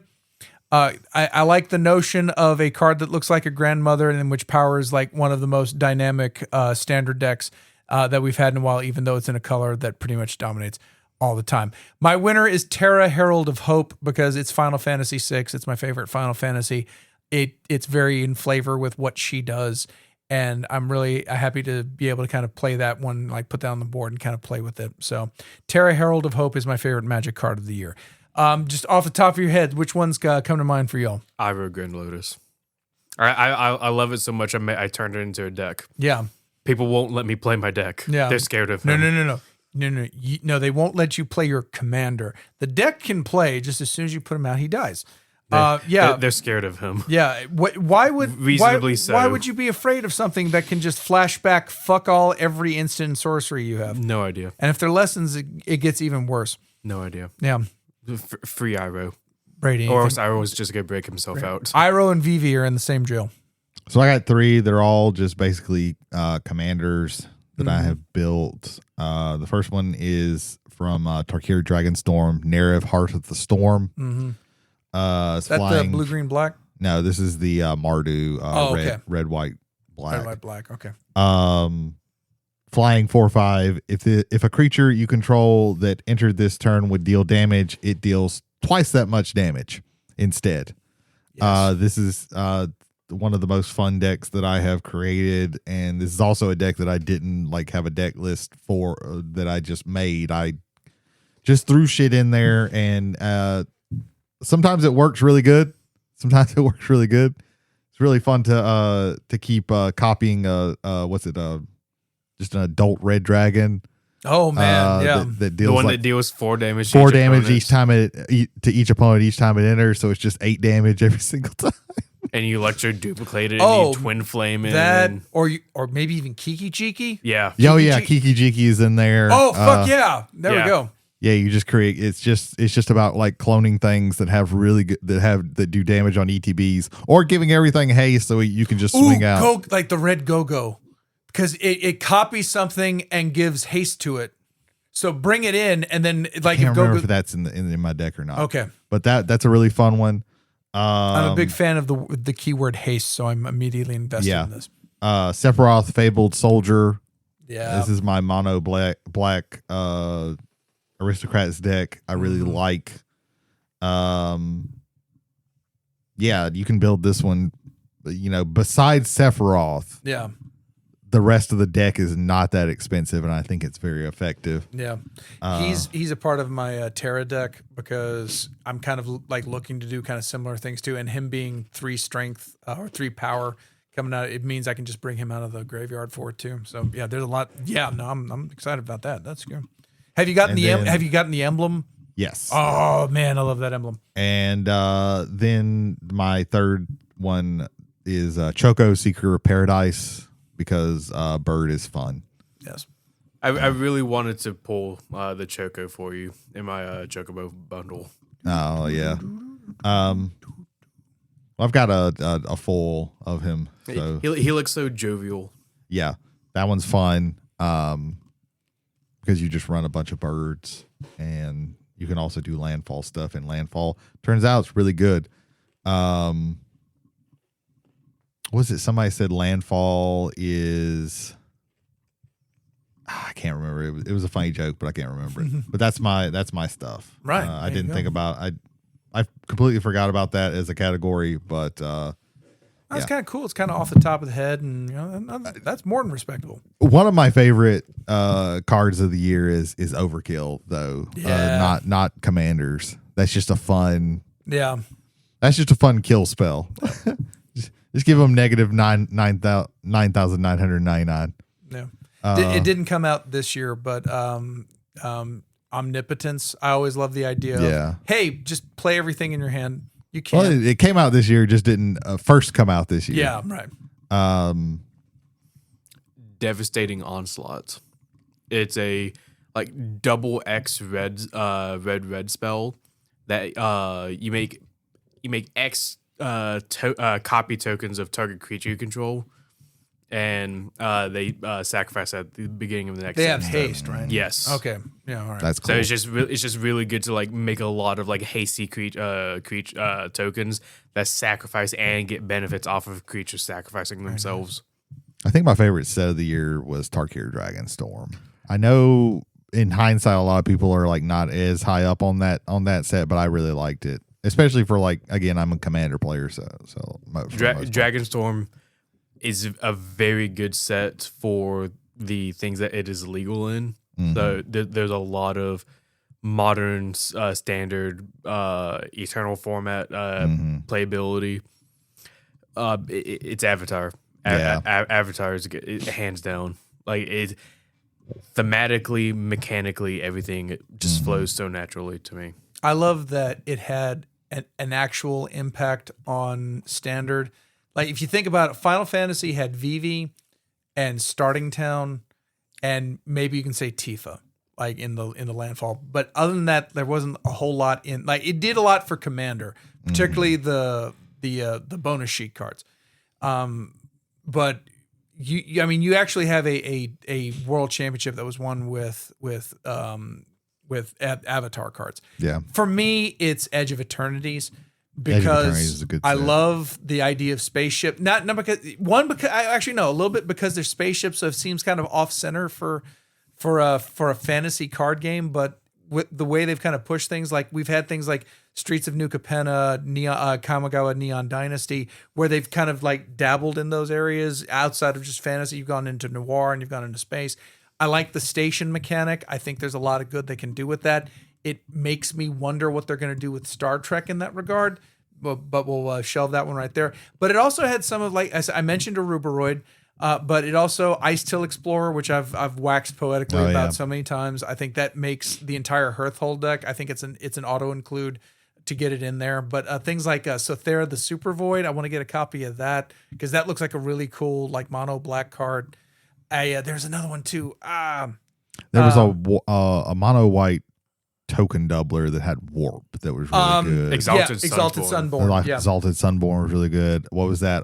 Quantum Riddler. Quantum Riddler has seen some good play in both decks and sideboards. This is that I really need to explore Edge of Eternities because I think would also be my favorite if I had actually sit and explored it. I wish I would have gotten to play in the pre-release for that one.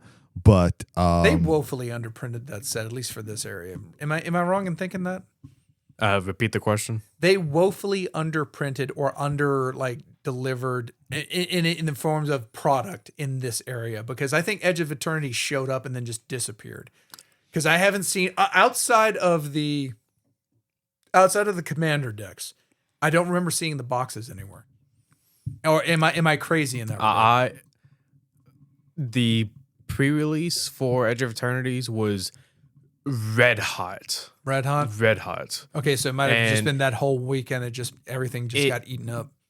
It's more so just availability for the store to get more product for Edge of Eternities. Okay. Because people are realizing that it's a sleeper set that that a lot of people kind of underappreciated when it came out, and as more things are coming out, they're starting to realize hey, these three rares pullable rares from Edge of Eternities is really good, and so now people are starting to buy up all that stuff. It definitely hurt that it fell in between Magic's biggest set ever and Magic's biggest disappointing set ever.